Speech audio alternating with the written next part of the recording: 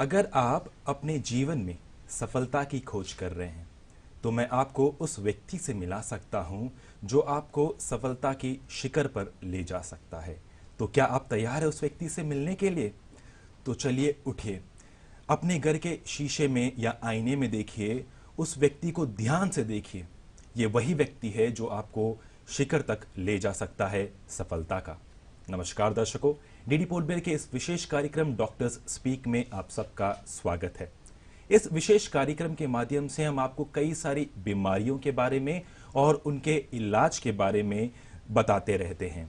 आज हमारा विषय रहेगा हेपेटाइटिस, कॉजेस एंड प्रिवेंशन। विषय पर अधिक जानकारी देने के लिए आज हम स्टूडियो में स्वागत करते हैं doctor Deepak Kumar, assistant professor community medicine AIIMS. कार्यक्रम में बहुत बहुत स्वागत है सर आपका।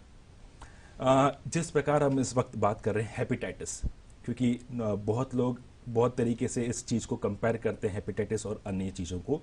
हेपेटाइटिस, वर्ल्ड हेपेटाइटिस डे हम क्यों मनाते हैं और क्यों इतना स्पेशल है कि हेपेटाइटिस के बारे में जानकारी लोगों तक पहुंचनी चाहिए? नमस्कार दर्शकों, सबसे पहले तो मैं आप सभी को बताना चाहूँगा कि आज का दिन यानी कि 28 जुलाई को विश्व भर में हेपेटाइटिस डे मनाया जाता है। हेपेटाइटिस डे बेसिकली पूरे विश्व में हेपेटाइटिस के अवेयरनेस करने के लिए मनाया जाता है। जैसे काफ़ी सारी बीमारियां हैं, जैसे कोविड-19, टीबी, मलेरिया, एचआईवी, इन सब के बारे में समाज में तब भी काफ़ी ज़्यादा अवेयरनेस है। परंतु हेपेटाइटिस एक ऐसी बीमारी है जिसके बारे में समाज में काफ़ी कम अवेयरनेस है, परंतु यह बीमारी काफ़ी कॉमन है और काफ़ी खतरनाक भी है।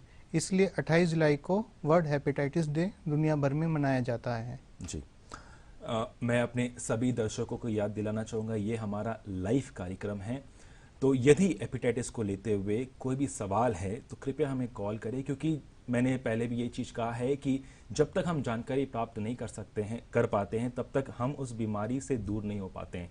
तो हमें पता नहीं चलेगा कि ये बीमारी होती क्या है, इसका इलाज क्या होता है। तो जानकारी हासिल करना बहुत अनिवार्य है। तो यदि कोई सवाल हो, हमारा फ़ोन नंबर आपके स्क्रीन पर इस वक्त दिखाया जा रहा है, कृपया हमें कॉल करें। इतना इम्पोर्टेंस क्यों है सर? क्योंकि जब हेपेटाइटिस की बात करते हैं, इतना पब्लिक इम्पोर्टेंस क्यों होता है? क्यों वर्ल्ड में भी हम देखते हैं कि कई सारे पेशेंट्स हेपेटाइटिस के हैं। अंडमान में भी शायद हमारे पास कुछ पेशेंट्स होंगे। अगर इनके बारे में हम कुछ जानना चाहेंगे सर। देखिए, हेपेटाइटिस एक बहुत ही कॉमन बीमारी है जी। और पूरे विश्व में तकरीबन 30 से 40 करोड़ पेशेंट हेपेटाइटिस के दुनिया भर में हैं। ओके। और भारत में भी 3 से 4% पॉपुलेशन में हेपेटाइटिस होता है। जी। तो लगभग 5 करोड़ लोग हेपेटाइटिस के हमारी कंट्री में हैं। इसी तरह से अंडमान में भी हेपेटाइटिस के काफ़ी सारे मरीज पाए जाते हैं। तो तकरीबन 10 से 12 हज़ार मरीज अंडमान में हेपेटाइटिस के हैं। और ओके। हेपेटाइटिस बीमारी फैमिली में हेरिडिटरी बीमारी है। तो जो हमारी निकोबारी और जरावा पॉपुलेशन है उसमें हेपेटाइटिस के केस ज़्यादा पाए जाते हैं। और जो हेपेटाइटिस बीमारी है ये काफ़ी सारे मरीजों में एसिम्टोमेटिक होती है। तो काफ़ी सारे मरीज ऐसे होते हैं जिनको पता ही नहीं चलता मुझे हेपेटाइटिस है। तो इसलिए काफ़ी सारे लोगों को वो अवेयर नहीं होते कि उन्हें हेपेटाइटिस है, पर जब उनका सैंपल लिया जाता है, उनका टेस्ट किया जाता है तो उनको हेपेटाइटिस मिलती है और बाद में उन्हें काफ़ी सारी प्रॉब्लम हो सकती है। तो तकरीबन ये 3 से 4% जनता में हेपेटाइटिस पाया जाता पूरे है भारत? पूरे भारत में। ओके, बहुत मतलब एक अगर हम बात करें तो इट इज़ अ बहुत बड़ा एक रेशियो हम दे सकते हैं कि लोग जो हैं हेपेटाइटिस से भी ग्रसित हैं। जी हाँ, बिल्कुल जी। सही। और अगर मैं आपको बताऊं, इनफैक्ट आज की डेट में भारत में और विश्व में कोरोना से ज़्यादा मरीज हेपेटाइटिस के हैं। परंतु हेपेटाइटिस के बारे में कोई बात नहीं करता है। ओके। और जैसे हम जानते हैं कोरोना के बारे में अब सब बातें करते सब हैं। करते हैं। इसी तरह की भारत में जितनी मृत्यु टीबी, मलेरिया और एचआईवी से मिला के होती है, ओके। उससे ज़्यादा मृत्यु हेपेटाइटिस बीमारी से अकेले ही हो जाती है। तो ये बहुत ही गंभीर विषय है। ओके, बहुत एक इंफॉर्मेटिव थिंग था। जैसे आपने कहा कि ये 3 जो अलग अलग बीमारियां हैं, इनको मिलाकर सिंगल हैंडेड हेपेटाइटिस से बीमारी से जो हाँ है हाँ। लोग मरते हैं। किस कारण से होता है सर हेपेटाइटिस? किस कारण से होता है? क्योंकि कई सारी अलग अलग बीमारियां अलग अलग कारण होते हैं। हेपेटाइटिस किस कारण से होता है सर?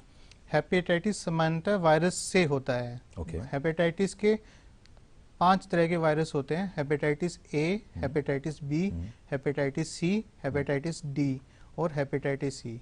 ओके। तो इसमें हम अगर बहुत ही ज़्यादा फेटल अगर किसी को देखें, जैसे कि आपने कहा A B C D, सो यदि हम फेटल की बात करें, क्योंकि इनका अपना अलग सिम्टम्स भी शायद होता होगा और अलग उनका प्रभाव भी होता होगा, तो अगर फेटल बात करें तो सबसे खतरनाक कौन सा हेपेटाइटिस होता है सर? देखिए, अगर इसका हेपेटाइटिस का टाइम से इलाज नहीं किया जाए जी। तो कोई भी हेपेटाइटिस खतरनाक हो सकता है। ओके। परंतु देखा गया है कि जो हेपेटाइटिस बी और सी है वो सबसे ज़्यादा खतरनाक है और वो लाइफ लॉन्ग चलते रहते हैं, और उसका प्रॉपर टाइम पे इलाज नहीं किया जाए तो वो क्रोनिक हेपेटाइटिस में चेंज हो सकता है। उससे आपको आपका जिगर या लीवर खराब हो सकता है, Okay. आपको लीवर का कैंसर हो सकता है और आपकी डेथ तक भी हो सकती है। तो Okay. ओवरऑल हेपेटाइटिस बी और सी ज़्यादा खतरनाक होते हैं। ओके। वायरस के अलावा क्या किसी और कारण से भी एक व्यक्ति को हेपेटाइटिस हो सकती है सर? सामान्यतः तो हेपेटाइटिस वायरस के द्वारा ही फैलती है, जी। परंतु वायरस के अलावा ये अल्कोहल पीने से, शराब जो हमारी Okay. कंट्री में काफ़ी ज़्यादा लोग पीते हैं, इसके अलावा फैटी लीवर की वजह से, और कुछ कुछ केसों में ऑटो इम्यून हेपेटाइटिस भी होता है। यानी कि कई मरीज ऐसे होते हैं जिनका इम्यून सिस्टम कुछ ज़्यादा एक्टिव हो जाता है और जिसकी वजह से वो उसकी बॉडी की सेल्स होते हैं वो उसके लीवर को ही खराब करने लग जाते हैं, और इस बीमारी को हम ऑटो इम्यून हेपेटाइटिस कहते हैं। ओके। कई सारे बीमारियों के अपने एक लक्षण होते हैं, कुछ कुछ समय के बाद पता चलता है, कुछ तुरंत पता चलता है।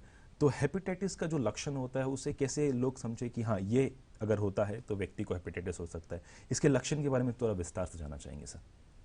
देखिए, जो हेपेटाइटिस के सिंड्रोम लक्षण के काफ़ी सारे लक्षण होते हैं। जी। सामान्यतः जब हेपेटाइटिस किसी मरीज को हो जाता है तो उसको उल्टी, दस्त, बुखार, पीलिया, कमजोरी, भूख ना लगना ऐसे सिम्टम आते हैं।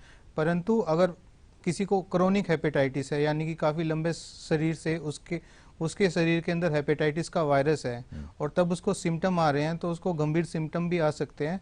तो गंभीर अवस्था में खून की उल्टी आना, पैरों में सूजन आना, चक्कर आना, बेहोशी, इस तरह के सिम्टम भी हो सकते हैं।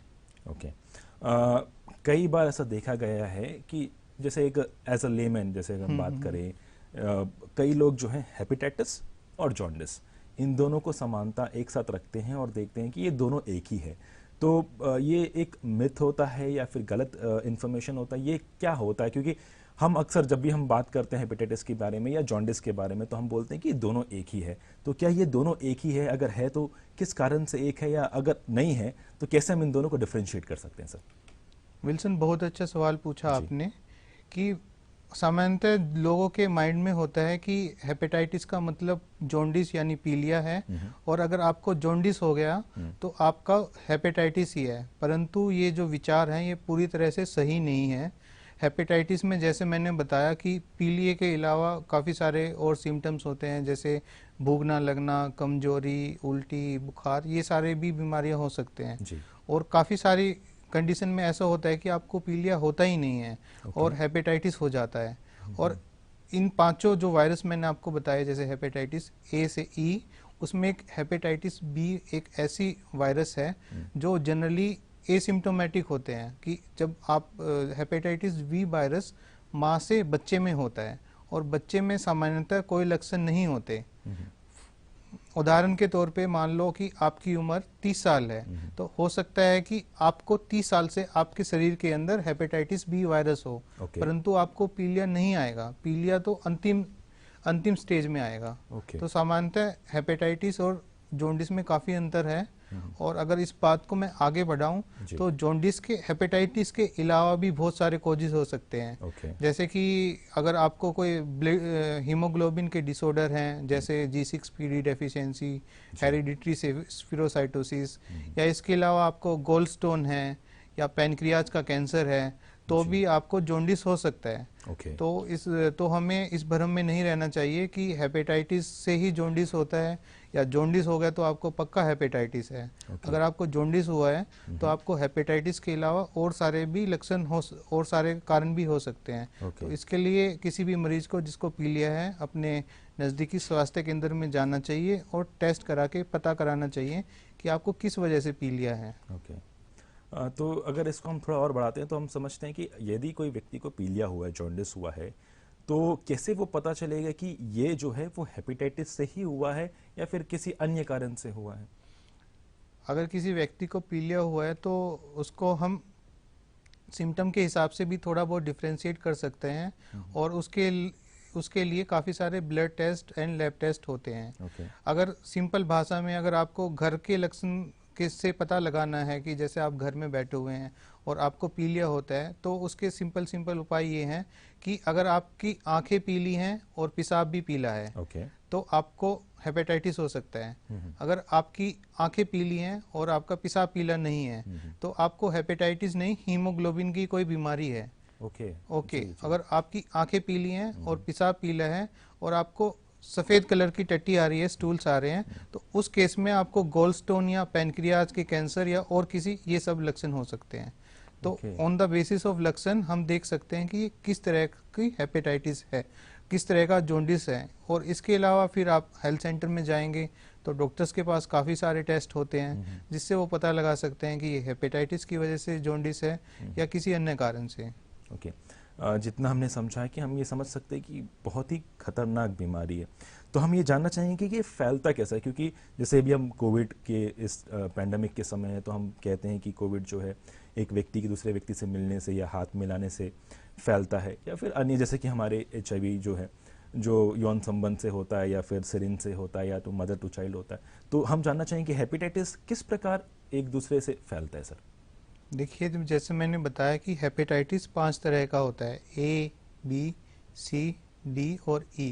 इसमें से हेपेटाइटिस A और E फीको ओरल रूट से होता है, यानी कि हेपेटाइटिस A और E दूषित पानी पीने से या दूषित खाना खाने से फैलता है।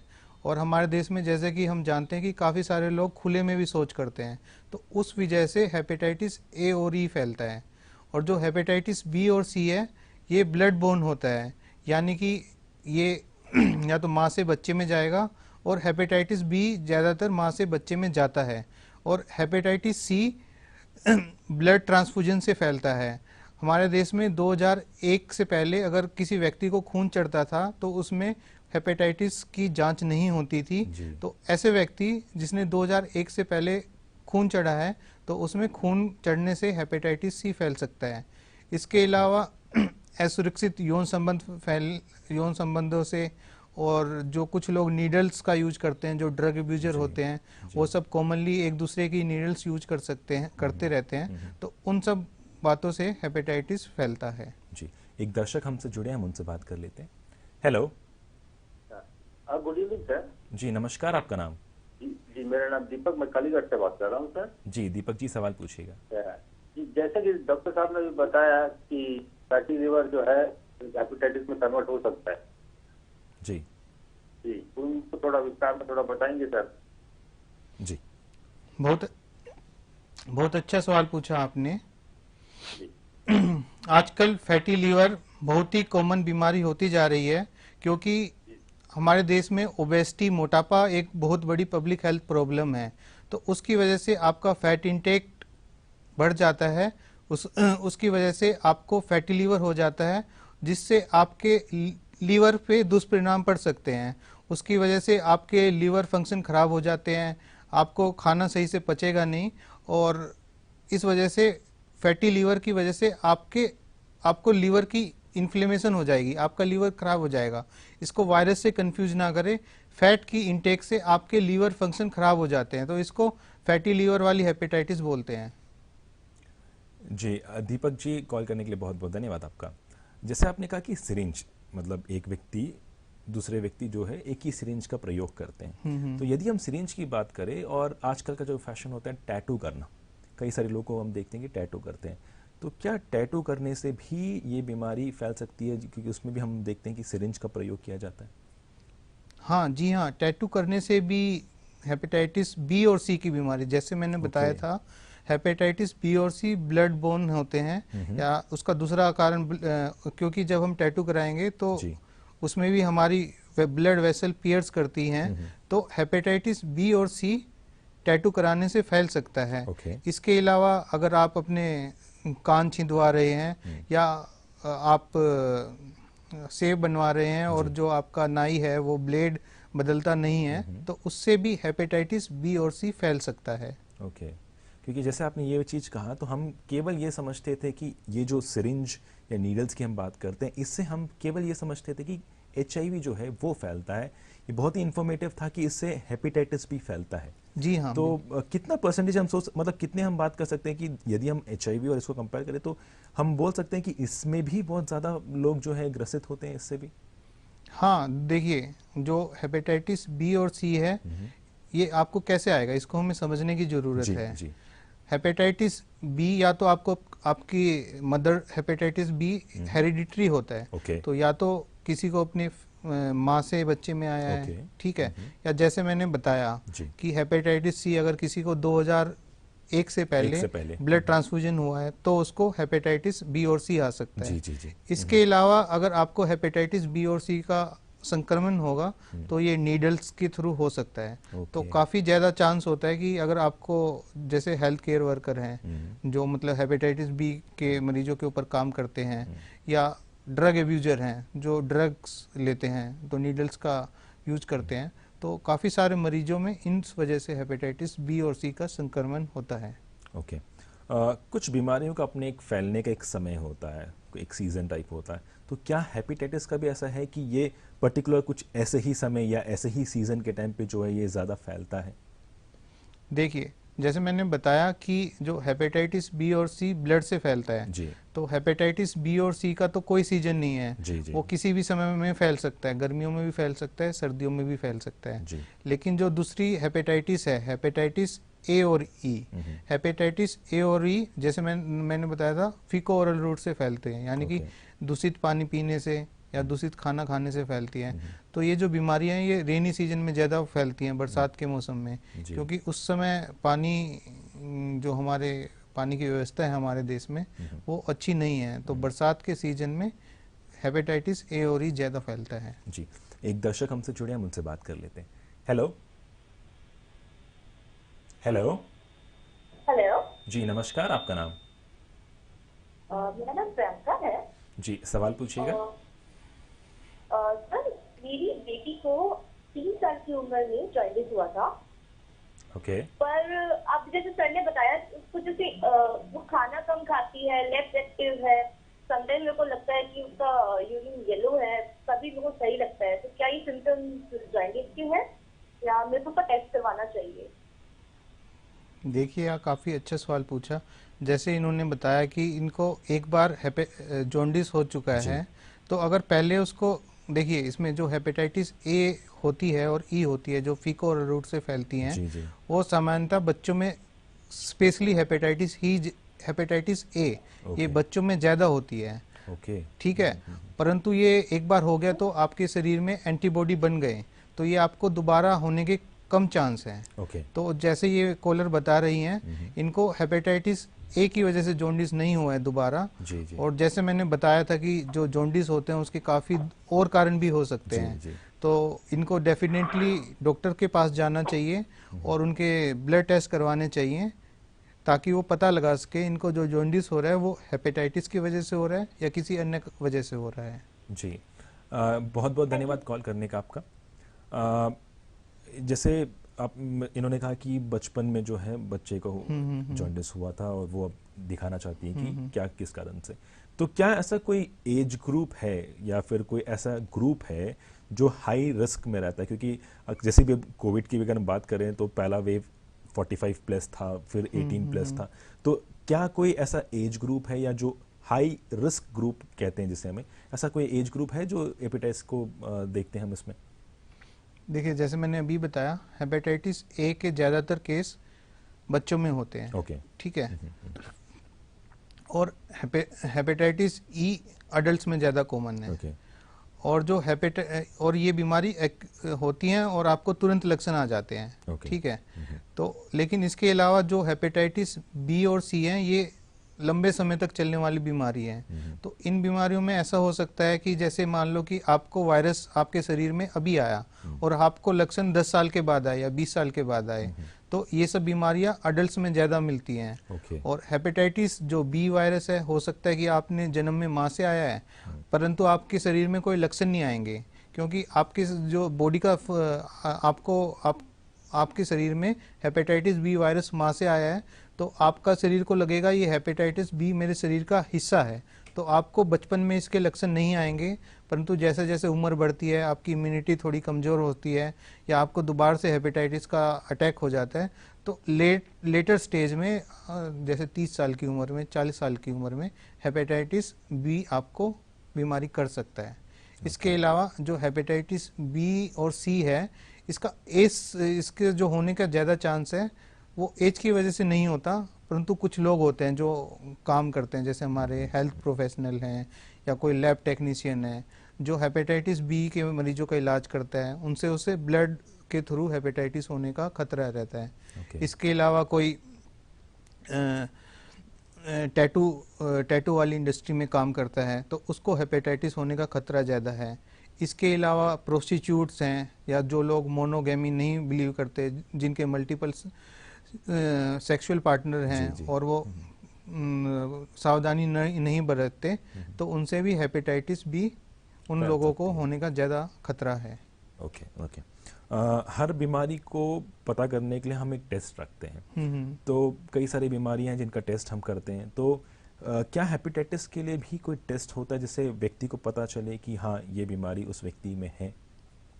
देखिए, हेपेटाइटिस जैसे हेपेटाइटिस वायरस से भी होता है, और काफ़ी अदर कॉजेज भी, जैसे मैंने बताया था, फैटी लीवर है, सिरोसिस है, ऑटोइम्यून हेपेटाइटिस है। तो हेपेटाइटिस एक सिंड्रोम है जिसके बहुत सारे कारण होते हैं, तो हेपेटाइटिस की जांच के लिए भी काफ़ी सारे टेस्ट होते हैं। तो जो वायरल हेपेटाइटिस को पता लगाने के लिए सामान्यतः ब्लड टेस्ट होते हैं, उसमें एंटीजन का पता लगाया जाता है। तो ये टेस्ट बहुत ही इजीली अवेलेबल होते हैं, 200-300 रुपये में टेस्ट हो जाते हैं। तो 200-300 रुपये में आप अपनी जांच करा सकते हैं और हेपेटाइटिस का पता लगाया जा सकता है। परंतु अगर जो क्रोनिक हेपेटाइटिस है, जो लंबे समय वाली हेपेटाइटिस है, उसमें दूसरे तरह के टेस्ट कराए जाते हैं। लीवर फंक्शन टेस्ट कराया जाता है, अल्ट्रासाउंड कराया जाता है, और एडवांस स्टेज में और भी दूसरे टेस्ट कराए जा सकते हैं। तो उनके लिए ये सब टेस्ट अवेलेबल हैं। जी जी। अक्सर हम देखते हैं कि कई बार अगर व्यक्ति को इनमें से किसी एक सिम्टम्स का कुछ माइल्ड अगर कुछ भी दिखाई दे, जैसे कि थोड़ा सा पीलापा हो गया आँख में, या फिर जब हम टॉयलेट जाते हैं तो थोड़ा सा जो पीलापा हो जाता है, ये सब होते रहता है, तो पर्टिकुलरली किन व्यक्तियों को इस बीमारी के लिए स्क्रीनिंग करने की आवश्यकता होती है सर? देखिए, अगर आपको लक्षण आ गए हैं कि आपकी आंखें पीली लग रही हैं, तो आपको हेल्थ सेंटर में जाके अपनी जांच करानी ही चाहिए। इसके अलावा हेपेटाइटिस बी और सी जैसे इतनी गंभीर बीमारियां हैं, इसके लिए आपको जो रूटीन हेल्थ चेकअप कराते हैं, तो आप उसमें भी हेपेटाइटिस बी और सी का टेस्ट करा सकते हैं। या आप कई बार, जैसे आप किसी जॉब के लिए अप्लाई कर रहे हो, तो वहाँ पे आपका हेपेटाइटिस बी का चेक किया जा सकता है। जो प्रेग्नेंट मदर हैं, उनको भी हेपेटाइटिस बी की जांच करानी चाहिए। इसके अलावा जो मैंने अभी हाई रिस्क ग्रुप बताए, जैसे जिसके असुरक्षित यौन संबंध हैं, जो हेल्थ केयर इंडस्ट्री में काम करते हैं, उन सबको तो अपना हेपेटाइटिस बी का टेस्ट जरूर कराना चाहिए। जी। जब भी कोई भी बीमारी आती है एक व्यक्ति को, तो सबसे पहले जो घर वाले होते हैं वो सोचते हैं कि ट्रीटमेंट की बहुत आवश्यकता होता है। किसी भी बीमारी, किसी भी व्यक्ति को जब होती है तो ट्रीटमेंट की आवश्यकता होती है। जैसे हम समझते हैं कि ये बहुत ही एक गंभीर एक विषय है हेपेटाइटिस, क्योंकि हमारे पास ज़्यादा अवेयरनेस नहीं थी, लेकिन आज हम इतने इन्फॉर्मेटिव हो गए कि बहुत गंभीर बीमारी है। तो क्या इसके लिए ट्रीटमेंट अवेलेबल है या नहीं है? व्यक्ति जाए तो कहाँ जाए, किस प्रकार का ट्रीटमेंट प्राप्त करें सर? देखिए, हेपेटाइटिस, जितनी भी तरह की हेपेटाइटिस हमने बताई हैं, सब तरह की हेपेटाइटिस का आज की डेट में ट्रीटमेंट अवेलेबल है। जो हेपेटाइटिस ए और ई है, इनका ट्रीटमेंट थोड़ा छोटा होता है। ये 4 से 6 महीने में ट्रीटमेंट से ठीक हो जाती हैं। ठीक है। और जो हेपेटाइटिस बी और सी है, इसके अंदर जो हेपेटाइटिस सी है, उस हेपेटाइटिस सी बहुत खतरनाक है, जिससे लीवर कैंसर भी हो सकता है और आपकी डेथ भी हो सकती है। परंतु उसके लिए दवाइयाँ अवेलेबल हैं। उसका आजकल नई नई दवाइयाँ आ गई हैं, और 12 से 16 वीक का कोर्स होता है, जिससे हेपेटाइटिस सी का काफ़ी हद तक इलाज हो सकता है। परंतु जो हेपेटाइटिस बी है, वो एक गंभीर बीमारी है, उसके लिए आपको लाइफ लॉन्ग इलाज आपका चलता है। ट्रीटमेंट होता है जब व्यक्ति को वो बीमारी हो जाती है। तो हम अक्सर यही सोचेंगे कि वो बीमारी हमें ना हो। अधिकतर हम यही सोचते हैं कोई भी बीमारी हम तक ना पहुंचे तो हमें उससे दूर रहना है। तो यदि हम बचाव की बात करें, यहाँ पे ये बहुत महत्वपूर्ण बनता है, मैं समझता हूँ कि बचाव, क्योंकि ट्रीटमेंट उसके बाद ही आता है। यदि हम बचाव की बात करें, क्योंकि बहुत गंभीर बीमारी है, तो किस प्रकार एक व्यक्ति अपने आप को इस बीमारी से बचा सकता है? बहुत अच्छा सवाल पूछा आपने, क्योंकि जैसे आज हम वर्ल्ड हेपेटाइटिस डे मना रहे जी। हैं और 2021 में इसका थीम है हेपेटाइटिस कैन नॉट वेट। तो ओके। इसलिए हम हेपेटाइटिस होने का वेट नहीं कर सकते हैं, ओके। हमें इसको पहले ही बचा लेना है। जी जी। तो इसको बचाने के काफ़ी सारे तरीके हैं। जैसे कि एक तरीका तो है कि आप असुरक्षित यौन संबंधों से बचें, नीडल्स, फ्रेश नीडल यूज करें, नीडल्स को दोबारा यूज ना करें। ये हेपेटाइटिस बी और सी से बचने का तरीका है। हेपेटाइटिस ए और ई से बचने के लिए आपको साफ पानी पीना है, पानी को उबाल के पीना है, क्लोरिनेटेड पानी पीना है, जी खुले में शौच में नहीं जाना है। अब तो स्वच्छ भारत में सब लोग टॉयलेट्स का यूज करने लगे जी हैं। जी। तो ये हेपेटाइटिस ए और ई से बचने का तरीका है। इसके अलावा दो हेपेटाइटिस होती हैं, हेपेटाइटिस ए और हेपेटाइटिस बी। इसके लिए हमारे पास वैक्सीन अवेलेबल है। ओके। तो इनसे बचने का सबसे अच्छा तरीका है आप लोग वैक्सीन लगाएं। ओके, तो बेस्ट ऑप्शन जो है वैक्सीन है। वैक्सीन जिस लगाएं। प्रकार इस वक्त हम बात कर रहे हैं कोविड के समय में भी हम सबको यही कहते हैं कि वैक्सीनेशन जितना हो जल्दी हो सके उतना जल्दी लगा दें। तो दर्शकों, हमारा कार्यक्रम जारी रहे। ब्रेक के बाद आप सबका हमारे कार्यक्रम में एक बार फिर स्वागत है। मैं एक बार याद दिलाऊंगा कि ये हमारा लाइव कार्यक्रम है और इस वक्त हम बात कर रहे हैं हेपेटाइटिस के बारे में। और इस वक्त बहुत इन्फॉर्मेटिव हम इस कार्यक्रम को ले चल रहे हैं और मैं चाहूँगा कि दर्शक जो भी हैं कृपया हमें कॉल करें। हमारा नंबर आपके स्क्रीन पर है, तो जानकारी प्राप्त करें और हमें कॉल करें। जैसे हमने बात किया कि वैक्सीनेशन, क्योंकि ब्रेक के पहले हमने ये वर्ड यूज़ किया था वैक्सीनेशन, कोविड का भी इस वक्त वैक्सीनेशन चल रहा है। तो आपने कहा कि A and B, hepatitis A and B का जो है वैक्सीनेशन है। बच्चों में ये वैक्सीनेशन कब कब लगाया जा सकता है, या बच्चों को ये वैक्सीनेशन कब कब लेना होगा सर? देखिए, सबसे पहले हेपेटाइटिस बी वैक्सीन के बारे में मैं बताना चाहूँगा। जो हेपेटाइटिस बी वैक्सीन होता है, बच्चों में पहली डोज तो जन्म के बाद ही दे दी जाती है, 24 घंटे के अंदर अंदर। ओके। इसको हम बोलते हैं 0 डोज।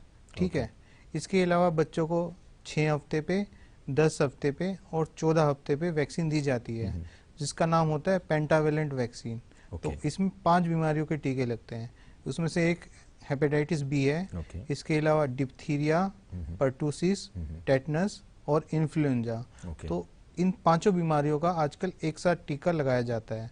तो ये टीका बच्चों में 5 हेपेटाइटिस बी का टीका 5 बीमारियों के साथ एक साथ लगता है। इसके अलावा अगर किसी बच्चे को ये जो टीका लगता है ये मिस हो गया है, तो वो बाद में हेपेटाइटिस बी का अलग से अकेला टीका भी लगवा सकते हैं। पर जो उसमें शेड्यूल रहेगा वो सेम रहेगा। और जो सबसे खास बात है, पहली 2 डोज के बीच में, पहली डोज और दूसरी डोज, उसके बीच में कम से कम 4 हफ्ते का गैप होना चाहिए। अगर दोनों डोजों के बीच में 4 हफ्ते से कम का गैप है तो ये वैक्सीन इफेक्टिव नहीं होगी। ओके। तो यदि हम इस स्टेज में ये मान के चले कि बच्चों को वैक्सीन नहीं दी गई, तो इसमें क्या प्रभाव पड़ सकता है later part of the life में? देखिए, जो वैक्सीन लगाई जाती है, जैसे आजकल कोरोना की वैक्सीन सब लोग लगाते हैं कि ताकि आपको ये बीमारी ना हो। जी। जैसे हमने अभी डिस्कस किया है कि ये कितनी गंभीर बीमारी है, इससे आगे चल के आपको लीवर कैंसर हो सकता है, आपका लीवर फेल हो सकता है। तो इस तरह के काफ़ी गंभीर आपको शरीर में परिणाम हो सकते हैं। तो इसलिए बेटर है कि इन सब, आपका अगर लीवर फेल हो जाएगा तो आप काम ही नहीं कर पाओगे। जी। तो इसलिए बेटर है कि हम ये वैक्सीन लगा लें। और ये वैक्सीन बहुत ही सस्ती है और गवर्नमेंट जो हमारे सेंटर हैं, जितने भी हेल्थ सेंटर हैं, सब में फ्री में मिलती है। तो इसलिए आप ये वैक्सीन लगवा सकते हैं ताकि आपको आगे चल के हेपेटाइटिस बी और हेपेटाइटिस बी से आप बच सकें। जी। दर्शकों को याद दिला दूं कि ये अनिवार्य बनता है इस वक्त, जैसे हम समझते हैं कि बच्चों को हेपेटाइटिस बी और हेपेटाइटिस की जो वैक्सीन है वो अनिवार्य रूप से आप लगाएं। और इस वक्त कोविड का वैक्सीनेशन है, तो मैं चाहूँगा कि हर एक व्यक्ति अपने आप को वैक्सीनेटेड करे, वैक्सीनेशन अनिवार्य रूप से ले ले। अगला सवाल रहेगा, क्या किसी प्रकार का बूस्टर डोज होता है? क्योंकि कभी कभी मिस हो जाता है, तो क्या किसी प्रकार का कोई बूस्टर डोज होता है बच्चों में कि हाँ ये हम दे दें एक साथ उनको? देखिए, जैसे मैंने अभी बताया, हेपेटाइटिस की 3 डोज लगती हैं। 6 हफ्ते पे, 10 हफ्ते पे, 14 हफ्ते पे। ओके। तो ये आपका रेगुलर शेड्यूल है। जैसे अभी जी। कोरोना की 2 डोज लगती है जी, कोविशील्ड जी, की, इस तरह इसकी 3 डोज लगती ओके। है। तो ये आपकी 3 डोज हैं, ये बूस्टर डोज नहीं होती। बूस्टर डोज का मतलब होता है आप एक दोबारा वैक्सीन लगा रहे हो 1 साल के बाद, 2 साल के बाद, ताकि आपकी इम्यूनिटी बूस्ट हो जाए। ये 3 डोज हैं, ये आप पूरा लगाएंगे तो आपकी इम्यूनिटी बन जाएगी और आपको हेपेटाइटिस बी नहीं होगा। इसके अलावा बच्चों में कोई बूस्टर डोज की आवश्यकता नहीं होती। ओके। अगर हम अडल्ट्स की बात करें तो क्या अडल्ट्स में हेपेटाइटिस बी की वैक्सीनेशन लेना अनिवार्य है, या फिर अगर लेते हैं तो उसका शेड्यूल क्या होता है, कब लें, किस प्रकार लें? मतलब क्या उनको वेट करना होगा कि हाँ ये बीमारी हो सकती है मुझे, या फिर उनको आशंका है कि हाँ ये बीमारी मुझे हुई होगी, कब जाके एक अडल्ट जो है वो अपना वैक्सीनेशन ले? देखिए, अगर आपको बचपन में हेपेटाइटिस बी का वैक्सीन लग गया है, तीनों जी। वैक्सीन लग गए हैं, तो आपको आपके अडल्ट में वैक्सीन की ज़रूरत नहीं है। ओके। पर अगर किसी का बचपन में वैक्सीन मिस हो गया है, या अगर आपको पता नहीं है कि मेरे को बचपन में कौन कौन से टीके लगे हैं, जी, जी। तो आप ये वैक्सीन लगवा सकते हैं अडल्ट्स में। उसके अलावा जो जैसे कुछ अडल्ट्स होते हैं जिनको हेपेटाइटिस बी होने का ज़्यादा खतरा है, जैसे हेल्थ केयर वर्कर्स, या इसके अलावा कोई व्यक्ति है जिसके लाइफ पार्टनर को, या कोई हस्बैंड है उसकी वाइफ को हेपेटाइटिस बी हो गया, या वाइफ है उसके हस्बैंड को हेपेटाइटिस बी हो गया है, तो ऐसे लोगों को, इसके अलावा जिनके मल्टीपल सेक्सुअल पार्टनर हैं, ठीक है, या किसी को किसी ने जिसका डायलिसिस चल रहा है, या जिसने ब्लड ट्रांसफ्यूजन हुआ है रिसेंटली, और ऐसी जगह से हुआ है जहाँ पे आपको 100% श्योर नहीं है कि ब्लड टेस्ट किया गया होगा उसको पहले, टेस्ट किया कि नहीं। तो ऐसे लोग हैं जो हाई रिस्क ग्रुप हैं, ये सब लोग अपना हेपेटाइटिस बी का वैक्सीन अपना 18 साल से ज़्यादा की उम्र में भी लगवा सकते हैं। ओके। तो उसमें उनको कोई हानि नहीं होगी, क्योंकि ये अगर 18 के ऊपर लगाते हैं, कि क्या कोई प्रकार का साइड इफेक्ट या कोई प्रकार की हानि हो सकती है उन्हें? देखिए, हेपेटाइटिस बी की वैक्सीन काफ़ी सेफ वैक्सीन है। इससे थोड़ा बहुत जहाँ पे वैक्सीन लगाई जाएगी, थोड़ा बहुत आपको पेन हो सकता है, इसके अलावा कोई हानि नहीं होती है। ओके। लॉकडाउन चल रहा था, क्योंकि कोविड-19 चल रहा है, तो लॉकडाउन भी चल रहा था, तो कई बार ऐसे हुए कि व्यक्ति अपने बच्चे को अस्पताल तक लेके नहीं जा पाया, हॉस्पिटल तक लेके नहीं जा पाया, तो वैक्सीनेशन जो है वो नहीं दे पाए। तो अगर कोई व्यक्ति अपने बच्चे को वैक्सीनेशन नहीं दे पाया क्योंकि लॉकडाउन था तो हॉस्पिटल नहीं जा पाए, तो अगर वो स्किप होता है तो इस वक्त बच्चे को किस प्रकार का वैक्सीनेशन, या फिर वो वैक्सीनेशन कब दें सर? देखिए, जैसे लॉकडाउन की अभी देखा गया है कि लॉकडाउन की वजह से काफ़ी सारे लोगों का वैक्सीन छूट गया है, क्योंकि हमारे जो हेल्थ सेंटर हैं, हेल्थ फैसिलिटी कोविड की तरफ ज़्यादा डेडिकेटेड हो गई है, और लोग लॉकडाउन में घर से बाहर नहीं निकल पा रहे हैं, तो ज़्यादातर काफ़ी सारी हमारे पास भी प्रॉब्लम्स आ रही हैं, लोगों का वैक्सीन मिस हो रहा है कोविड की वजह से। तो इन सब लोगों से मेरी एडवाइस यही है कि आप जो जिनका भी 6 हफ्ते पे, 10 हफ्ते पे या 14 हफ्ते पे वैक्सीन मिस हो गया है, तो वो तुरंत अपने हेल्थ सेंटर में जाएं और वहाँ पे डॉक्टर से कंसल्ट करें। और ये वैक्सीन अगर आपका छूट गया है कि आपके बच्चे की उम्र 14 वीक से ज़्यादा हो गई है, तब भी आप लगवा सकते हैं। और ये वैक्सीन तो अगर आपकी बचपन में भी छूट गई है, तो आप अडल्टहुड में भी, यानी कि आपकी उम्र ज़्यादा हो गई है, 5 साल हो गई है, 18 साल हो गई है, आप तब भी लगवा सकते हैं। पर आपकी उम्र ज़्यादा हो गई तो आपका थोड़ा शेड्यूल चेंज हो जाएगा, तब आपको पहली डोज लगेगी, दूसरी डोज 4 हफ्ते के बाद लगेगी, और जो तीसरी डोज है वो 4 से 6 महीने के बाद में लगेगी। तो आपकी वैक्सीन मिस हो गई है तो आप घबराइए नहीं, आप अपने कंसर्न डॉक्टर से के पास जाइए और उन्हें बताएं कि ऐसे ऐसे हमारी वैक्सीन मिस हो गई है, तो आपको वैक्सीन आप जाएं और आपको वैक्सीन लग जाएगी। जी। हम देख सकते हैं कि हर माँ का जो होता है एक अपने बच्चे के प्रति प्यार होता है कि यदि उनको कोई बीमारी है जो हेरिडिटरी हो सकती है, वो बच्चे तक ना हो। तो हम फॉर एग्जांपल ये लेके चलते हैं कि यदि एक माँ को हेपेटाइटिस की बीमारी है, तो किस प्रकार हम उनके बच्चे को इस बीमारी से बचा सकते हैं? बहुत अच्छा सवाल पूछा आपने, क्योंकि हेपेटाइटिस बी जो काफ़ी कॉमनली माँ से बच्चे में फैल सकती है। और हमें पहले से पता है कि प्रेगनेंसी में हमने टेस्ट कराया कि इस गर्भवती महिला को हेपेटाइटिस बी है, तो एज ए डॉक्टर्स हमारी जिम्मेदारी बनती है कि उस बच्चे को हम हेपेटाइटिस के दुष्प्रभाव से बचाएं। तो ऐसे बच्चे के लिए हेपेटाइटिस इम्यूनोग्लोबिन होते हैं जो जब बच्चा पैदा होता है तब दे दिए जाते हैं। तो उनको हेपेटाइटिस इम्यूनोग्लोबिन दिए जाते हैं, साथ साथ उसको 0 डोज लगाई जाएगी। जैसे मैंने बताया था कि जन्म के 24 घंटे के अंतर्गत एक 0 डोज लगाई जाती है हेपेटाइटिस की, पहली वैक्सीन दी जाती है जिसको 0 डोज कहते हैं, उसको आप 0 डोज लगवाएं। और इसके अलावा जो बाकी 3 वैक्सीन है 6, 10, 14 पे, वो बच्चे को लगाएं। अगर वो पूरा ये कोर्स लेता है कि उसको इम्यूनोग्लोबिन लग गए, 0 डोज लग गई और 6, 10, 14 वाली वैक्सीन लग गई, तो काफ़ी हद तक वो बच्चा हेपेटाइटिस बी के दुष्परिणामों से बचा रह सकता है। ओके। कई लोग होते हैं, जैसे हमने ये सवाल पहले भी रखा कि टैटू का जो है कई लोगों को अंदर इंटरेस्ट होता है कि वो टैटू करे अपने ऊपर। तो अगर कोई व्यक्ति टैटू करना चाहता है तो वो किन किन चीज़ों के ऊपर सावधानी देनी चाहिए, क्योंकि हम उन्हें रोक नहीं सकते हैं, इनका अपना पर्सनल इंटरेस्ट होता है। लेकिन अगेन जैसे हमने कहा कि इससे कई सारी बीमारियां भी फैल सकती है, जैसे कि हेपेटाइटिस भी इससे फैल सकती है। तो अगर कोई टैटू करवाता है या सिरिंज यूज़ करता है तो किस प्रकार की सावधानियां बरतनी होगी सर? देखिए, आजकल टैटू का चलन दिन पे दिन बढ़ता रहा है। जी। तो हम किसी को टैटू लगवाने से रोक नहीं सकते हैं। बट अगर कोई व्यक्ति टैटू अपना प्लान कर रहा है तो उनको मैं एडवाइस दूंगा कि आप अपना एक बार हेपेटाइटिस बी का टेस्ट करा लें, चेक करा लें। और अपनी वैक्सीन लगवा लें, टेस्ट करवा के वैक्सीन लगवा लो। पूरा जो मैंने शेड्यूल बताया है, 6 महीने वेट कर सकते तो ठीक है, वरना एटलीस्ट आप 2 वैक्सीन तो लगवा ही लो टैटू लगवाने से पहले। पहली वैक्सीन और 4 हफ्ते का गैप देके दूसरी वैक्सीन लगवा लो, उसके बाद आप अपना टैटू लगवाओ। और जब आप टैटू लगवाने जाते हैं तो आप देखें कि वो प्रॉपर प्रिकॉशन ले रहा है, जो टैटू लगा रहा है वो जो इंस्ट्रूमेंट है वो प्रॉपरली स्टरलाइज है कि नहीं है, ताकि आपको टैटू से हेपेटाइटिस बी से बचाव हो सके। ओके। हम देख सकते हैं कि कई सारे पेशेंट्स हमारे पूरे भारत में या हमारे द्वीप में अगर हम देखें तो डायबिटीज़ के जो पेशेंट हैं वो बहुत ज़्यादा है, हाइपरटेंशन, डायबिटीज़, हार्ट डिजीज़ के। तो यदि व्यक्ति को जब डायबिटीज़ इंक्रीज़ होता है, ज़्यादा होता है उनका मात्रा, तो इंसुलिन लेते हैं। जब इंसुलिन लिया जाता है तो इंजेक्शन के माध्यम से वो लिया जाता है, तो उसमें भी एक सिरिंज यूज़ होता है। तो जब ये जो व्यक्ति जो डायबिटीज़ से पीड़ित हैं, वो व्यक्ति जब इंसुलिन लेते हैं तो क्या वो एक व्यक्ति एक ही सिरिंज को बार बार प्रयोग कर सकता है या नहीं कर सकता है सर?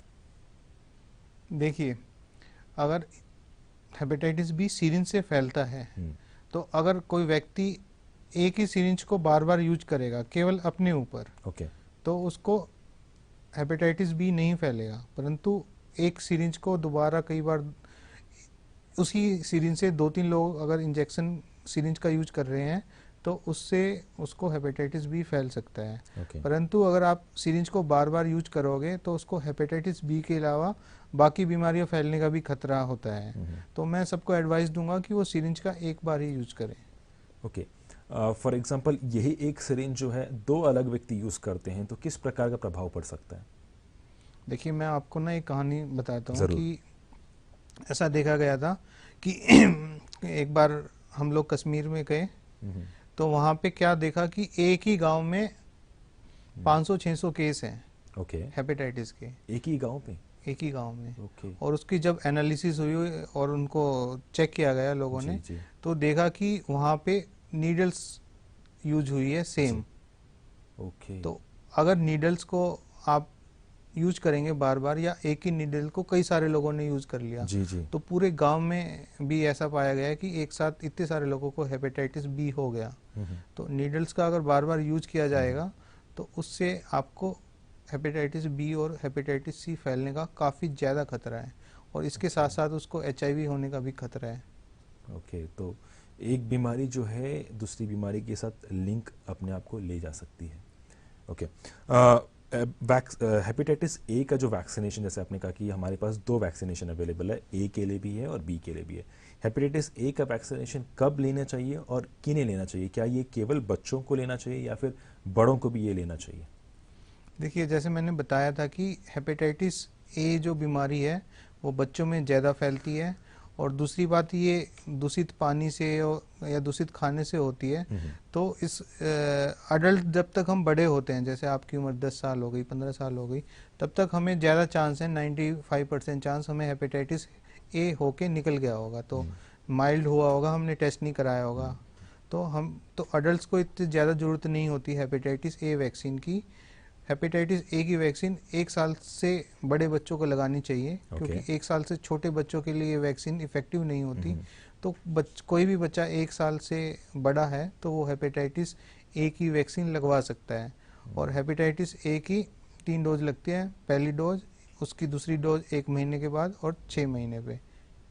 ओके। क्या वैक्सीनेशन के अलावा, क्योंकि हम देखते हैं कि कई बार लोगों के अंदर में जो है अवेयरनेस नहीं होती है वैक्सीनेशन को लेते हुए, तो हमें उन्हें अवेयर करना है, उसके बाद उनको समझाना है कि वैक्सीनेशन का लाभ क्या होता है, क्यों लेना चाहिए, किस समय पर लेना चाहिए। तो कई बार लोग जो है वैक्सीनेशन लेते भी नहीं है। तो क्या वैक्सीनेशन के अलावा या कोई और तरीका होता है जिससे हम इस पर्टिकुलर बीमारी को अपने से दूर रख सकते हैं? देखिए, हेपेटाइटिस से अगर आपको वैक्सीन तो सब लोगों को लेना ही है। इसके अलावा मैं सब लोगों को एडवाइस दूंगा कि आप अपना हेपेटाइटिस बी का टेस्ट कराएं, क्योंकि ये बीमारी जैसा हमने डिस्कस किया है कि कई बार सिम्टम नहीं होते और हमारे पास हेपेटाइटिस बी हम कैरियर होते हैं, तो आप हेपेटाइटिस बी का टेस्ट करा सकते हैं। तो अगर आप जल्दी टेस्ट करा लेंगे तो बाद में आप बीमारी के दुष्परिणामों से बच जाएंगे। इसके अलावा आप सुरक्षित यौन संबंध रखें, ठीक है। अगर सीरिंज का यूज कर रहे हैं, टैटू का यूज कर रहे हैं, तो हम सावधानियां बरतें। तो इस तरह से हम हेपेटाइटिस बी और सी से बचाव कर सकते हैं। इसके अलावा जो हेपेटाइटिस ए और ई से बचाव है, उसके लिए आपको साफ पानी पीना है, खुले में शौच नहीं करना है, जो भी खाना है वो धो के खाना है ताकि आपको इन्फेक्शन ना हो। ओके। इस वक्त कोविड जो है, एकदम विस्तार से हम बात करें, कोविड, हर जगह कोविड की बात चल रही है। तो क्या कोविड के जो पेशेंट्स होते हैं उन्हें किसी प्रकार की खतरा हो सकती है, डर हो सकती है हेपेटाइटिस से, या फिर यदि व्यक्ति को हेपेटाइटिस है, क्या उस व्यक्ति को अगर कोविड होता है या कोविड होने की आशंका होती है, किस प्रकार अपने आप को बचा सकता है? क्योंकि यदि हम बात करें कि इस वक्त हम समझ सकते हैं कि दोनों ही बहुत ही गंभीर एक बीमारी है। कोविड भी एक गंभीर बीमारी इस वक्त हमारे सामने में है, और जैसे आपने बहुत खूब इन्फॉर्मेशन हमें दिया कि हेपेटाइटिस भी बहुत ही एक खतरनाक बीमारी है। तो यदि हम इन दोनों को एक साथ जोड़ के देखें तो किस प्रकार एक व्यक्ति को जो कोविड से प्रभावित है हेपेटाइटिस से बचना होगा, या फिर हेपेटाइटिस से प्रभावित है तो कोविड से बचना होगा? देखिए, एज सच तो कोविड का हेपेटाइटिस से डायरेक्ट कोई संबंध नहीं है, परंतु अगर किसी को हेपेटाइटिस है, वो फैटी लीवर की वजह से हेपेटाइटिस हो गई है, क्योंकि उस व्यक्ति को कोविड की कॉम्प्लिकेशन होने का ज़्यादा खतरा है।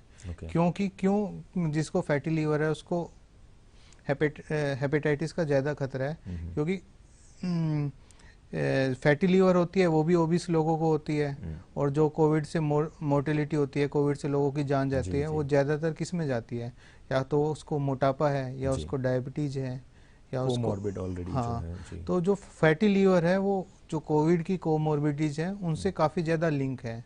तो फैटी लीवर वाले जो पेशेंट्स हैं उनको कोविड की से ज़्यादा खतरा है। जो बाकी जो सिंपल वायरस से लाइक हेपेटाइटिस ए और ई या बी सी डी वायरस है, उनसे कोविड की कॉम्प्लिकेशन होने का खतरा कम है।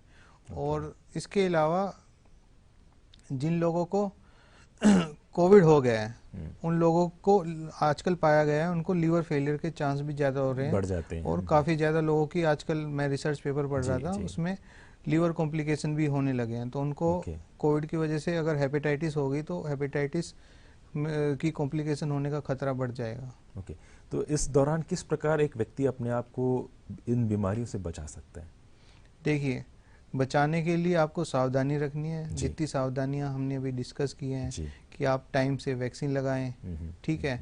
उसके अलावा साफ पानी पिएं, और उसके अलावा आप जो सुरक्षित यौन संबंध रखें, नीडल्स का जुडिशली यूज करें, तो इनसे आप हेपेटाइटिस से बच जाएंगे। और सिमिलरली कोविड की भी वैक्सीन आ गई है, तो जिन जिन लोगों को वैक्सीन लगवाने का मौका मिल रहा है, सब लोग वैक्सीन लगवा लें ताकि आप कोविड से भी बच पाएंगे और हेपेटाइटिस से भी बच पाएंगे। सोसाइटी का एक बहुत बड़ा रोल होता है। किसी भी बीमारी जब एक व्यक्ति को होता है तो सोसाइटी का बहुत बड़ा रोल होता है, क्योंकि डिस्क्रिमिनेशन जो है वो बहुत ज़्यादा होता है। जैसे इस वक्त हम देखते हैं कि कोविड जब हुआ है, हमें कई इंसिडेंट हमने न्यूज़पेपर में सुना है, न्यूज़ में सुना है कि जो व्यक्ति घर के जो परिवार के जो सदस्य होते हैं अपने घर के और एक सदस्य को अपने आप से दूर रखते हैं, डिस्क्रिमिनेशन होता है। सोसाइटी में भी बहुत बड़ा डिस्क्रिमिनेशन होता है कि उस व्यक्ति को अपने आप से दूर रखते हैं क्योंकि उन्हें डर रहा होता है कि क्या इस व्यक्ति से मुझे भी हो सकता है। हेपेटाइटिस का भी हम समझते हैं क्योंकि ये बहुत ही गंभीर एक बीमारी इस वक्त हम समझ रहे हैं कि क्या इसमें भी डिस्क्रिमिनेशन हो सकता है, क्योंकि एक व्यक्ति को होता है, जैसे आपने कहा कि एक व्यक्ति से दूसरे व्यक्ति में फैल सकता है कई सारे कारण से, तो क्या इसमें भी डिस्क्रिमिनेशन हो सकता है, और होता है तो किस प्रकार एक व्यक्ति को एक सोसाइटी सपोर्ट करने की आवश्यकता है? देखिए, अगर हमें किसी भी बीमारी से लड़ना होता है तो उसमें सोसाइटी का काफ़ी बड़ा रोल होता है जी। और जो हेपेटाइटिस बी बीमारी है या HIV जो बीमारी है उसमें ऐसा देखा गया है कि काफ़ी ज़्यादा डिस्क्रिमिनेशन होता है कि अगर मान लो कि आपको हेपेटाइटिस बी हो गया तो जैसे मैंने बताया कि ये यौन संबंध से आपके लाइफ पार्टनर को भी हो सकता है। जी जी जी। तो ऐसा पाया गया है कि आपको इससे आपकी पूरी फैमिली लाइफ डिस्टर्ब हो जाएगी। और ऐसा भी पाया गया है कि हेपेटाइटिस बी हो गया तो कोई पेशेंट है वो अपनी लाइफ पार्टनर को बताने से कतरा रहा है। जी, जी। क्योंकि अगर आपने आपके लाइफ पार्टनर को बता दिया तो उससे आपकी फैमिली लाइफ डिस्टर्ब हो सकती है। Okay. सिमिलरली कई बार ऐसा भी देखा गया है कि specially for hepatitis B and C आपको वर्क प्लेस में भी डिस्क्रिमिनेशन फेस करना पड़ सकता है। कि जैसे आप अपनी नौकरी में गए तो किसी को पता लगा कि इसको हेपेटाइटिस बी है तो काफ़ी लोग उनसे भी दूरी बना के रखने लग जाते हैं, जो मैं समझता हूँ कि काफ़ी गलत है। तो इस तरह से हेपेटाइटिस बी है उसमें काफ़ी ज़्यादा आजकल समाज में डिस्क्रिमिनेशन फेस किया जाता है। जी, तो किस प्रकार इससे हम मतलब डिस्क्रिमिनेशन जो है उसे नहीं करें, ऐसे करके हम किस प्रकार लोगों को समझाएं, क्योंकि लोगों के अंदर अवेयरनेस होना बहुत इंपॉर्टेंट होता है। तो यदि मुझे अगर अवेयरनेस होगा तभी मैं कहूँगा कि हाँ ठीक है, जो व्यक्ति मेरे सामने में है अगर उसको होता है तो उसे मैं डिस्क्रिमिनेट ना करूँ। किस प्रकार इसके लिए हम अवेयरनेस क्रिएट कर सकते हैं सर? देखिए, इसके लिए जैसे आज हम ये हेल्थ प्रोग्राम कर रहे हैं ऐसे काफ़ी सारे हेल्थ प्रोग्राम्स करने की ज़रूरत है। तो इससे हेल्थ अवेयरनेस बढ़ेगी और डिस्क्रिमिनेशन कम होगा। इसके अलावा जो व्यक्ति है उसके जो फ्रेंड्स हैं, फैमिली मेम्बर हैं, उनको समझाने की ज़रूरत है।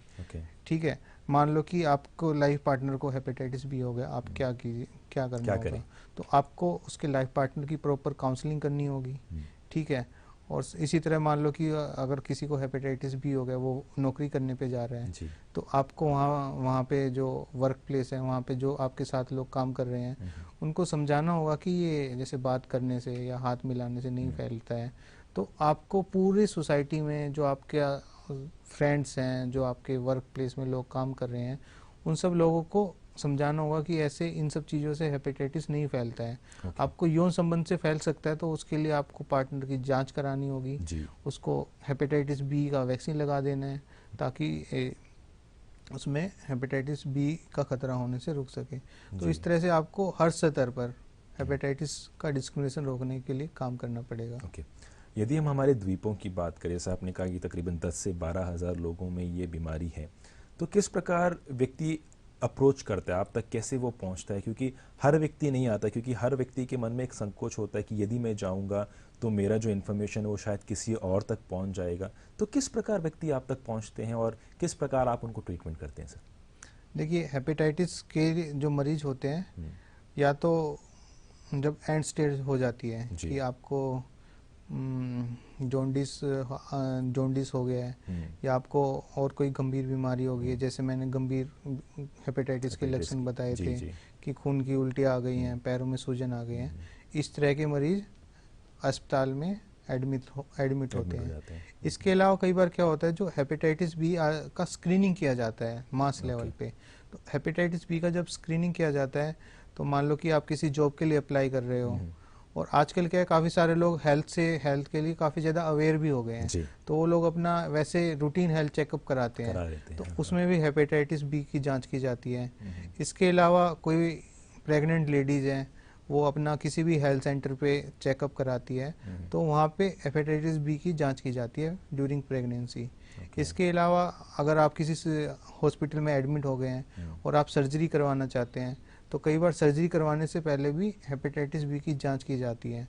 तो ये सब तरीके हैं जिसके द्वारा हमारे पास हेपेटाइटिस के मरीज आते हैं। जी, एक आखिरी सवाल रहेगा कि जैसे आपने कहा गर्भवती जो महिला होती है, किस प्रकार का प्रिकॉशन इनको लेना अनिवार्य होता है? जैसे हमने कहा कि ये मदर से चाइल्ड में भी हो सकता है, तो बहुत एक क्रूशियल स्टेज होता है जब वो प्रेगनेंसी के स्टेज में रहते हैं। तो किस प्रकार एक महिला को अपने इस प्रेगनेंसी के टाइम पे अपने आप को संभालना है, और यदि होता है तो किस प्रकार बच्चे को ना हो, किस प्रकार हम इस स्टेज को संभालें सर?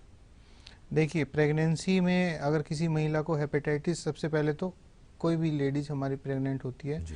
उसको अपना हेल्थ सेंटर पे जाके रजिस्ट्रेशन कराना चाहिए और चेकअप कराना चाहिए। अगर उसको हेपेटाइटिस बी आ गया है, कि उसको पता चलता है प्रेगनेंसी के दौरान कि उसको हेपेटाइटिस बी है, तो उसको घबराने की ज़रूरत नहीं है। जो उसका नॉर्मल 9 महीने का पीरियड्स है उसको वैसे रूटीनली निकालना चाहिए, जिसके अंदर उसको अपना 5 महीने पे टेटनस का इंजेक्शन लेना है, खाने पे ध्यान देना है, अपना 1 या 2 बार जो अल्ट्रासाउंड करवाते हैं डॉक्टर की सलाह से वो कराना है। तो वो सब उसको रूटीनली फॉलो करना है, और हेपेटाइटिस से घबराना नहीं है। हेपेटाइटिस से बच्चों को बचाने का काम डॉक्टर का है। तो जब उसको प्रेगनेंसी, जब वो डिलीवरी का टाइम होता है, तो वो किसी अच्छे हेल्थ सेंटर पे, जैसे जीबी पंत है या अपना सीएससी लेवल पे अच्छे डॉक्टर से की सलाह से हेपेटाइटिस का और डिलीवरी कराए। तो वो जैसे मैंने बताया था कि वो प्रॉपर ध्यान रखेंगे कि इम्यूनोग्लोबिन देना है या फिर उसको 0 डोज देनी है हेपेटाइटिस बी की। तो ये सब अगर वो सावधानियां रखेंगे तो माँ से बच्चे को हेपेटाइटिस नहीं होगा। ओके। मैं एक सवाल आखिरी जो आपके सामने समक्ष रखना चाहूँगा कि जितने भी दर्शक इस वक्त हमें देख रहे हैं, क्योंकि बहुत ही इन्फॉर्मेटिव एक घंटे का जो कार्यक्रम था ये हमारा रहा है, तो मैं चाहूँगा कि आप जितने भी दर्शक इस वक्त हमें देख रहे हैं आप उन्हें एक संदेश दें, क्योंकि इतने समय तक हम यही सोचते थे कि हेपेटाइटिस जो है वो जॉन्डिस है, जॉन्डिस जो है वो हेपेटाइटिस है, और हमें समझ नहीं आता था कि हेपेटाइटिस से भी इतने लोग मर सकते हैं, ये इतना गंभीर भी हो सकता है, क्योंकि हम अन्य जो बीमारियां उन पर ज़्यादा ध्यान देते हैं, HIV, TB, हाइपरटेंशन वगैरह, लेकिन इस पे हम हमेशा ध्यान जो है वो हमारा कम रहा है। लेकिन आज हम समझते हैं कि लोग ये समझ पा रहे हैं कि हेपेटाइटिस जो है वो भी एक बहुत ही गंभीर बीमारी है। तो जितने भी दर्शक इस वक्त हमें देख रहे हैं, मैं चाहूँगा कि आप उन्हें संदेश दें कि ये बीमारी है और ये बीमारी से हमें अपने आप को बचाना है, और ये कितना गंभीर है। देखिए, मेरा संदेश यही है कि आप हेपेटाइटिस से घबराएं नहीं, और अगर आपको हेपेटाइटिस होता है तो आप अपने नज़दीकी स्वास्थ्य केंद्र पर जाके डॉक्टर के परामर्श से इलाज कराएं, और हेपेटाइटिस से बचना बहुत ज़रूरी है। इसके लिए हर व्यक्ति अपना टाइम से वैक्सीनेशन करवाए। जी धन्यवाद। जी डॉक्टर साहब, बहुत बहुत धन्यवाद आपका कार्यक्रम में आया। आपने बहुत इन्फॉर्मेटिव रूप में बहुत सवालों के कई सारे हमने सवाल पूछे, तकरीबन 30-35 सवाल हमने पूछा, आपने बहुत सुंदर रूप से हर सवाल के जवाब दिए। कार्यक्रम में आने के लिए बहुत बहुत धन्यवाद सर आपका। धन्यवाद। तो दर्शकों, यदि आप हमें कोई सुझाव देना चाहते हैं, क्योंकि हम कई सारे कार्यक्रम करते हैं, विशेषकर इस कोविड के समय में हम कई सारे कार्यक्रम करते हैं, तो हर बार हमें कई सारे लोग कॉल करते हैं और हमसे कहते हैं कि ये हम कुछ इस तरीके से करें तो बेहतर रहेगा, इसे हम कुछ इस तरीके से करें तो बेहतर रहेगा। तो कई लोग सुझाव देते हैं, तो सुझाव जब हमें आता है तो हम ये समझते हैं कि कई लोग आप जो हैं जागरूक हैं, हमें देखते हैं और हमारे हर कार्यक्रम को ध्यान से देखते हैं और समझते हैं, तो हम आपका बहुत आभारी हैं। किंतु यदि आप हमें अभी भी कोई सुझाव देना चाहते हैं तो मैं दर्शकों, ये हमारा एड्रेस है, आप इस पते पर आप अपने सुझाव हमें दे सकते हैं। दूरदर्शन केंद्र, Port Blair, AIR road, Dilanipur, Haddo post, pin code 744102। हमारा ईमेल आईडी है hopddk.portblair@gmail.com। इस वक्त हम देखते हैं कि कई लोग जो हैं अपने काम पे व्यस्त रहते हैं, कई लोग जो हैं घर पे नहीं रह पाते हैं 5 बजे से 6 बजे के दौरान, किंतु वो चाहते हैं कि हमारे इस कार्यक्रम को देखें। तो हमने इस वक्त क्या किया है कि हम कुछ अपग्रेड कर रहे हैं, और हम इस वक्त ट्विटर पर भी हैं और यूट्यूब में भी हैं। तो ट्विटर का जो हमारा हैंडल है वो इस प्रकार से है, आपकी स्क्रीन पर ट्विटर हैंडल हमारा है @ddk_portblair। तो यदि आप इस एड्रेस पर जाएं तो आपको एक लिंक दिया जाएगा, उस लिंक से आप हमें यूट्यूब में भी इस कार्यक्रम को लाइव स्ट्रीमिंग देख सकते हैं। तो कार्यक्रम समाप्त करने से पहले मैं कुछ शब्द गौतम बुद्ध के शब्दों से अंत करना चाहूँगा। वो कहते हैं, अतीत बीत चुका है, भविष्य का हमें पता नहीं, लेकिन हमारे पास ये पल है जिसे हमें जीना अनिवार्य है। तो दर्शकों, आपसे अगले कार्यक्रम में फिर मुलाकात होगी, तब तक के लिए धन्यवाद।